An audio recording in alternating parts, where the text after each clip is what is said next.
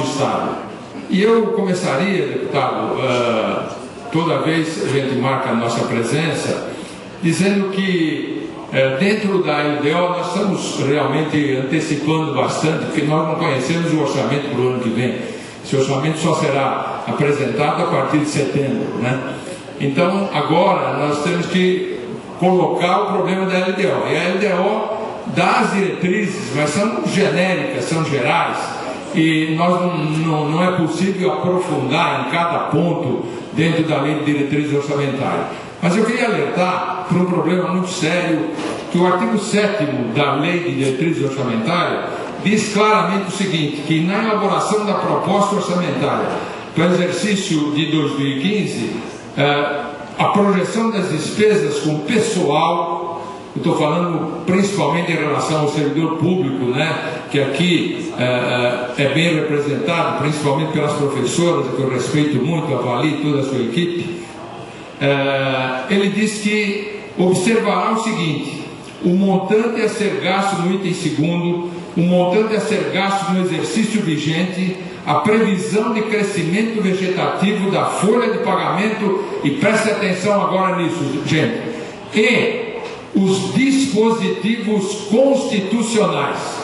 Então, qual é o dispositivo constitucional que não é respeitado aqui em São Paulo e em muitos lugares do Brasil? Nós estamos falando de São Paulo. O artigo 37, inciso 10 da Constituição Federal, portanto um dispositivo constitucional, diz que obrigatoriamente tem que haver uma revisão salarial, no mínimo, com o índice da inflação do período.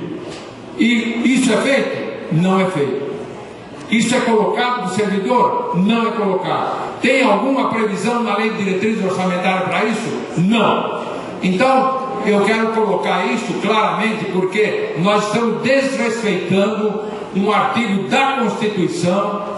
E vou mais longe, ainda nós temos data base aqui, que é mês de março, e que também não é respeitada, e portanto o servidor público é desvalorizado, o servidor público acaba não tendo a possibilidade de um aumento de vencimento, e é colocado para alguns setores, um aumento aqui, um aumento lá, prejudica os aposentados e pensionistas, porque não tem aquilo que o ativo tem.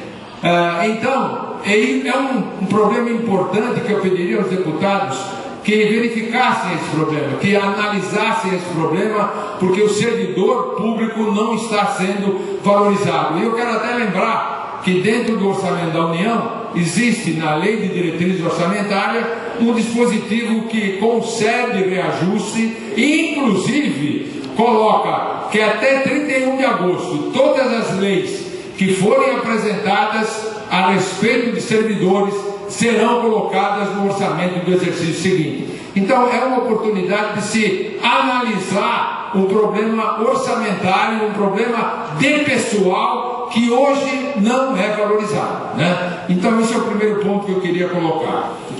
O segundo ponto é, quando a gente diz o Estado tem problema financeiro, tem, claro que tem. Todos os estados têm, o Brasil inteiro tem. Mas eu queria colocar um ponto em que, dentro da lei de diretrizes orçamentárias, existe um aspecto que diz o crescimento real do PIB estadual, diz que no estado de São Paulo, esse PIB vai crescer em 2015 2%. E eu não acredito. Eu acredito que será muito maior, porque o nível nacional, a média nacional, isso tem no próprio orçamento da União, é 3%, mínimo. São Paulo sempre deu um índice muito maior do que a média nacional, sempre, e tem a obrigação de dar, porque é o Estado que realmente está sempre presente e está caminhando e colocando sempre em primeiro lugar as coisas do Brasil.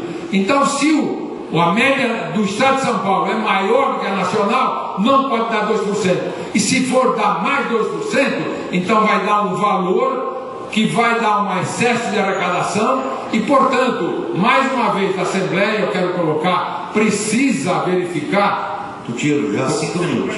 Não, senhor presidente, não é possível. Você está complicado. Bom, eu quero só colocar o seguinte, eu só quero colocar rapidamente, senhor presidente, que que também eu queria pleitear para o Instituto de Assistência Médica ao Servidor Público, que nós estamos falando todos os anos e, na verdade, senhor presidente, desculpe, mas a gente percebe que até o volume de pessoas tem diminuído, porque a gente acaba pleiteando coisas, todas as reuniões em todo o interior pede pelo IANSP, pelo Hospital do Servidor. O deputado Zaia conhece bem a matéria, porque acompanhou muito e continua acompanhando, e nós pleiteamos os 2% daquilo que é retido do servidor público, aquilo que nós contribuímos. O Estado deveria contribuir e não contribui. Então, isso todo mundo solicita, e quantos anos se colocamos isso e nada acontece. Desculpe, mas é preciso. Eu tenho certeza que os deputados querem ajudar o Hospital do Servidor, querem ajudar o Instituto, mas não conseguem colocar isso dentro da peça orçamentária. Então, isso é mais uma colocação que eu quero fazer, e quero colocar também que há necessidade de mais recursos para precatórios. O precatório que quantos anos o Estado de São Paulo não paga precatório desde 2009. Então é preciso pagar precatório, e eu proponho que se coloque pelo menos mais 0,5% da receita corrente líquida para pagamento de precatório, porque é uma coisa já julgada, já definida, e o servidor tem direito de receber. Então eu queria só terminar, e até, se o presidente me conceder, quero até colocar como coisa técnica, até, presidente, que talvez se possa pensar na nossa lei de diretrizes uma execução provisória, caso o orçamento não for aprovado. Hoje nós temos eleição, temos Copa, temos tanta coisa. Se ele não for aprovado até o final do ano, a lei de diretrizes tem que definir aquilo que pode ou não pode ser executado. E também a lei de diretrizes tem que definir o contingenciamento, aquilo que pode ou não ser contingenciado. Isso é uma proposta técnica que eu acabo colocando. E queria, só para concluir, senhor presidente, convidar a todos que no dia 26 de maio, no Centro do Professorado Paulista, gostaria da presença de todos, que nós vamos debater coisas nacionais, que é a PEC 555, que acaba com a contribuição dos aposentados e pensionistas que já contribuíram com a vida inteira e não podem mais contribuir, e também com a PEC 170, que dá toda a invalidez tem que ter aposentadoria integral, e também a PEC 219, que diz que, na verdade, toda a parte de invalidez tem que ter, essa é a 170, e a 219, ela estende da nossa Constituição um artigo que diz que todo servidor público administrativo também vai poder lecionar, desde que tenha capacidade para isso. Então, todos estão convidados, dia 26 de maio, às 9 horas, no Centro do Professorado Paulista. Obrigado, senhor presidente.